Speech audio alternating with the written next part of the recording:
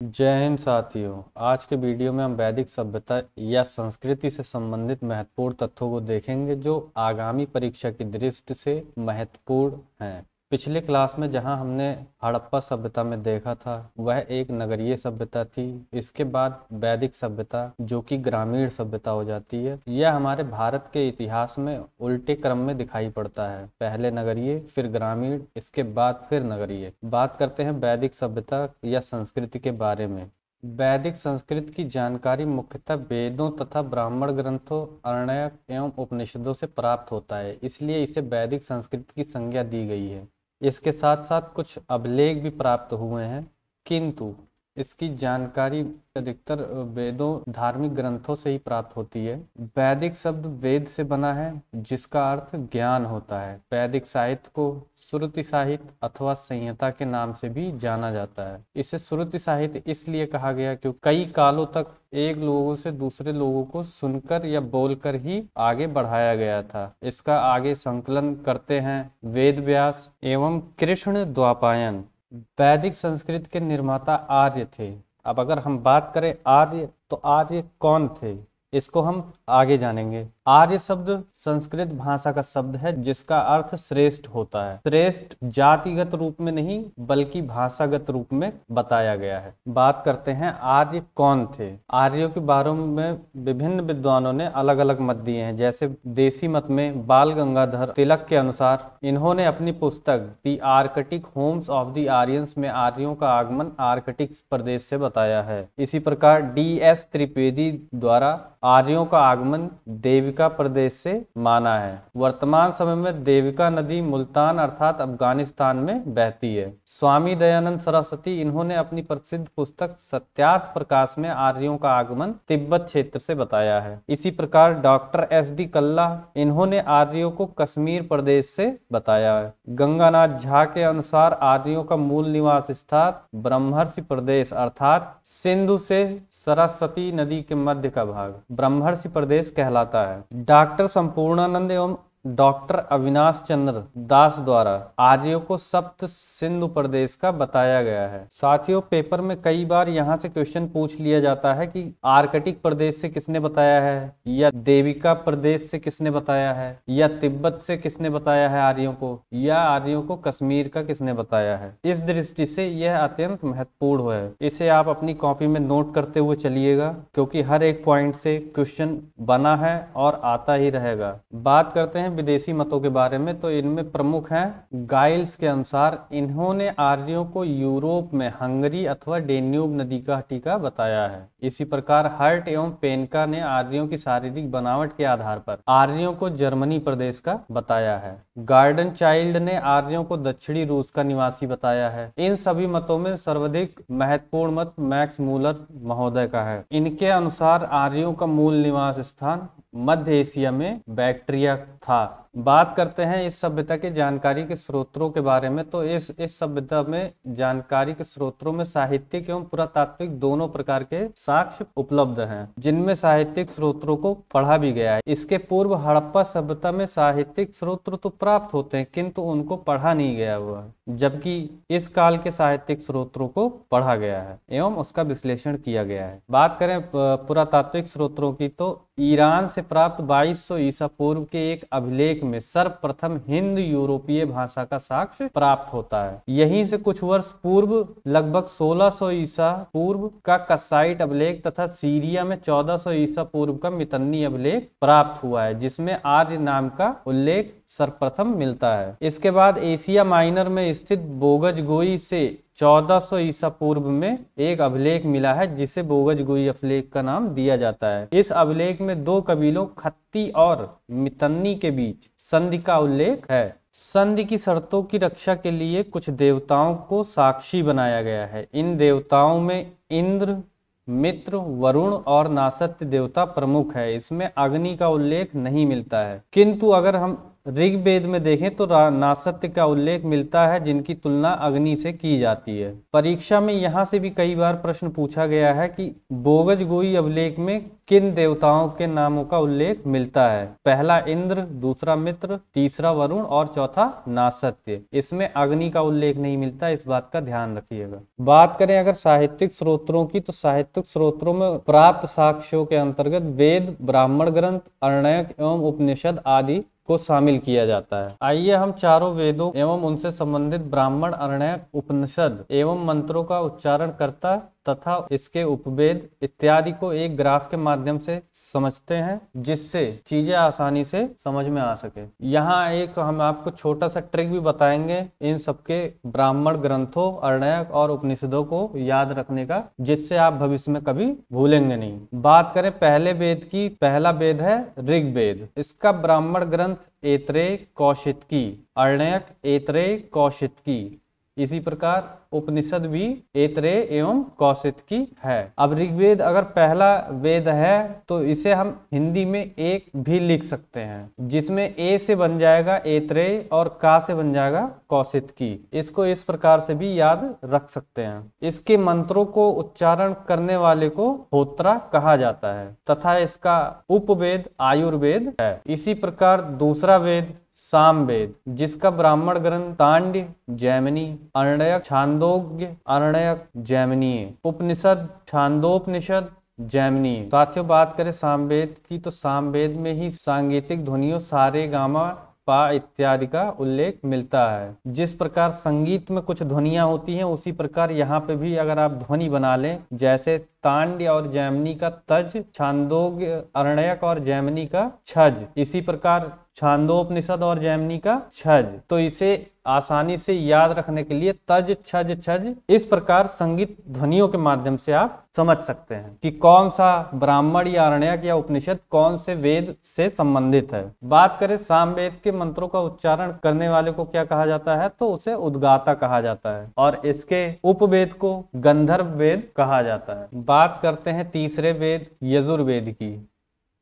यजुर्वेद का ब्राह्मण ग्रंथ शतपथ एवं तैत्तिरीय ब्राह्मण है। साथियों अगर हम बात करें सबसे प्राचीन ब्राह्मण ग्रंथ की, तो वो शतपथ ब्राह्मण ग्रंथ होगा। इसी प्रकार इसके अरण्यकों के बारे में देखते हैं। इसके अरण्यक शतपथ, तैत्तिरीय एवं बृहदारण्यक हैं। यहाँ पे भी अगर हम बात करें, यजुर्वेद का उपनिषद बृहदारण्यक है, जो कि सबसे बड़ा उपनिषद है। इसी प्रकार अगर हम सबसे छोटे उपनिषद की बात करें, तो सबसे छोटा मांडुक्य उपनिषद है। इसको आसानी से याद करने के लिए आप समझ सकते हैं, मांडुक्य बोलने में जितनी कठिनाई हो रही है और जितना दुर्लभ लग रहा है और जितना बड़ा लग रहा है, ऐसे समझ लें कि ये जितना बड़ा है उतना ही ज्यादा छोटा, अर्थात इनके नाम बड़े हैं और दर्शन छोटे हैं। बात करें यजुर्वेद के मंत्रों के उच्चारणकर्ताओं को क्या कहा जाता है, तो अथर्वयु कहा जाता है तथा इसके उपवेद को धनुर्वेद कहा जाता है। इसी प्रकार बात करते हैं चौथे वेद अथर्ववेद की, जिसके ब्राह्मण ग्रंथ का नाम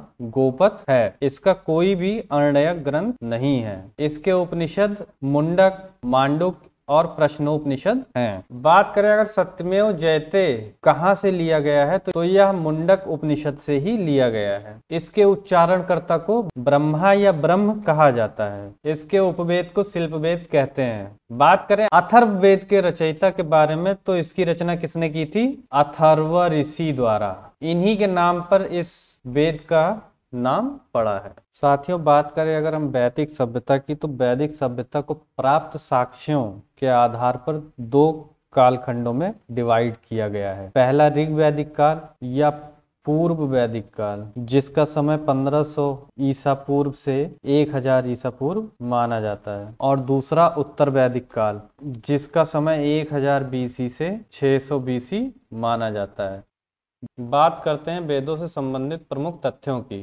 ऋग्वेद में अफगानिस्तान की 4 नदियों, कुभा जिसे वर्तमान में काबुल, क्रुमु जिसे वर्तमान में कुर्रम, गोमती, गोमल, सुवास्तु जिसको वर्तमान में स्वात के नाम से जाना जाता है, का उल्लेख मिलता है। इसी प्रकार ऋग्वेद में सप्त सिंधु प्रदेश का वर्णन मिलता है। यह 7 नदियों से अर्थात सरस्वती, शतुद्री जिसे सतलज के नाम से जानते हैं, विपाशा, जिसे व्यास के नाम से जानते हैं, परुष्णी जिसे रावी के नाम से जानते हैं, वितस्ता जिसे झेलम के नाम से जानते हैं, अश्किनी जिसे चेनाब के नाम से जानते हैं, से घिरा क्षेत्र था। ऋग्वेद में गंगा नदी का 1 बार तथा यमुना नदी का 3 बार उल्लेख मिलता है। इसी में हिमालय की एक चोटी मूजवंत का उल्लेख ऋग्वेद से प्राप्त होता है, जहां से वे सोमरस प्राप्त करते थे। ऋग्वेद में ही कश्मीर की एक नदी मरुद वृद्धा का उल्लेख मिलता है। ऋग्वेद के नदी सूक्त में 21 नदियों का उल्लेख मिलता है, जिसमें सिंधु नदी का सर्वाधिक बार उल्लेख है, परंतु ऋग्वैदिक आर्यों की सबसे पवित्र नदी सरस्वती नदी थी। इसे नदीत्मा अर्थात नदियों में प्रमुख कहा गया है। बात करते हैं अब ऋग्वैदिक अथवा पूर्व वैदिक काल के बारे में। इस काल की राजनैतिक व्यवस्था।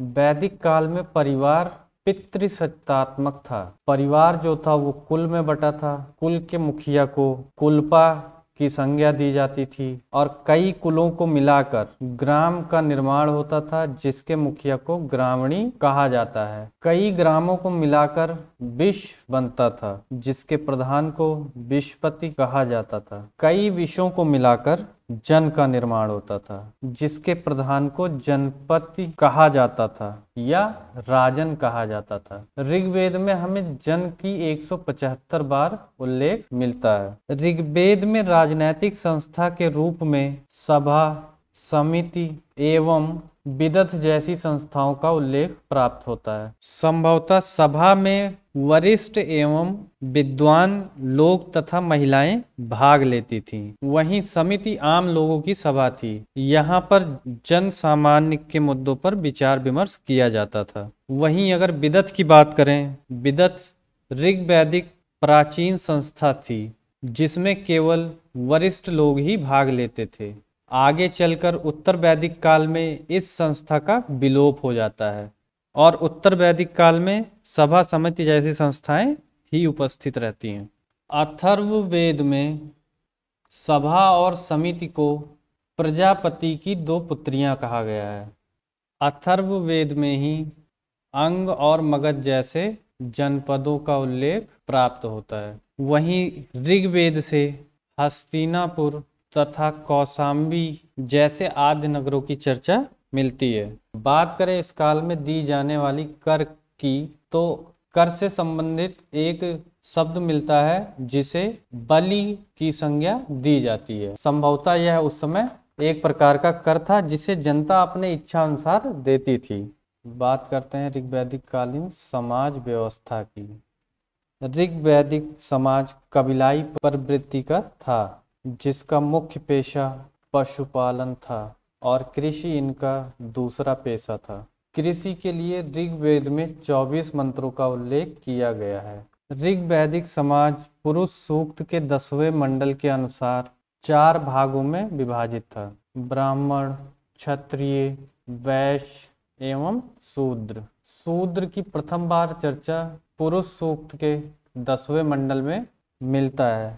ऋग्वैदिक समाज का मूल आधार परिवार था, जो कि पितृसत्तात्मक था। फिर भी समाज में स्त्रियों की दशा अच्छी थी। लोपा, घोषा, विश्वारा तथा अपाला ये विदुषी महिलाएं थीं, जिन्होंने वैदिक मंत्रों की रचना में भाग लिया था। ऋग्वैदिक आर्य शाकाहारी एवं मांसाहारी दोनों थे, लेकिन ये नमक एवं मछली से परिचित नहीं थे, अर्थात अपरिचित थे। आगे देखते हैं ऋग्वैदिक कालीन अर्थव्यवस्था के बारे में। इस काल के लोगों का मुख्य पेशा पशुपालन था।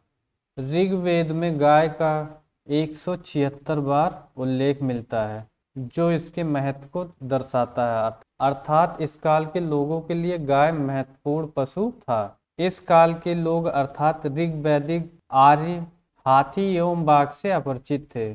आर्यों का दूसरा प्रमुख पेशा कृषि था, जिसके लिए ऋग्वेद में 24 बार उल्लेख मिलता है।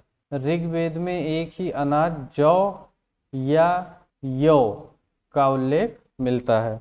ऋग्वेद में कुछ हस्तकारी का उल्लेख मिलता है, जिसमें बुनकर, बढ़ई, रथकार इत्यादि थे। इसमें लुहार का चर्चा नहीं मिलता है। क्योंकि ऋग वैदिक काल का काल निर्धारण 1500 बीसी से 1000 बीसी किया गया है और लोहे का ज्ञान 1000 बीसी में होता है। तो लुहार की चर्चा कहाँ पे मिलेगी? आगे चल के उत्तर वैदिक काल में। आगे देखते हैं इस काल की धार्मिक व्यवस्था के बारे में। ऋग वैदिक देवताओं को 3 भागों में बांटा गया है। पहला पृथ्वी का देवता, जिसमें सोम, अग्नि और बृहस्पति आते हैं। दूसरा अंतरिक्ष का देवता, जिसमें इंद्र और वायु का उल्लेख मिलता है। तीसरा आकाश का देवता, जिनमें सूर्य, मित्र और वरुण का उल्लेख मिलता है।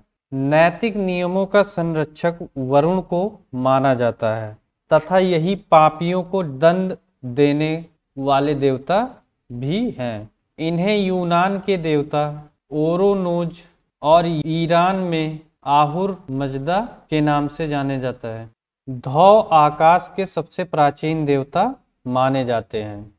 ऋग्वेद के तीसरे मंडल में गायत्री मंत्र की चर्चा मिलती है, जिसका रचयिता विश्वामित्र को माना जाता है।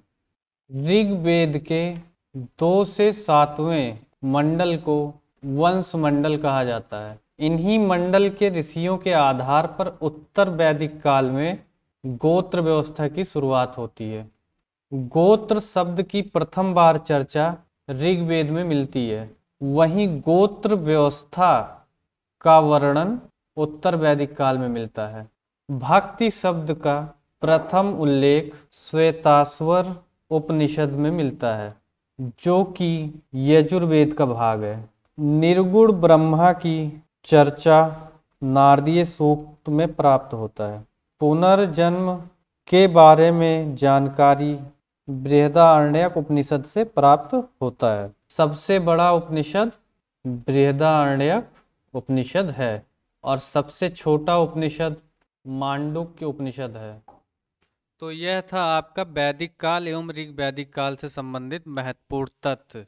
आपको वीडियो अच्छी लगी हो तो लाइक करें, कमेंट करें और चैनल को सब्सक्राइब करें। और हमें कमेंट में ज़रूर बताइएगा आपको हमारी वीडियो कैसी लगी। इस वीडियो की PDF आपको डिस्क्रिप्शन लिंक में प्रोवाइड करवा दिया जाएगा, जहां से आप जाके इसे डाउनलोड कर सकते हैं। धन्यवाद।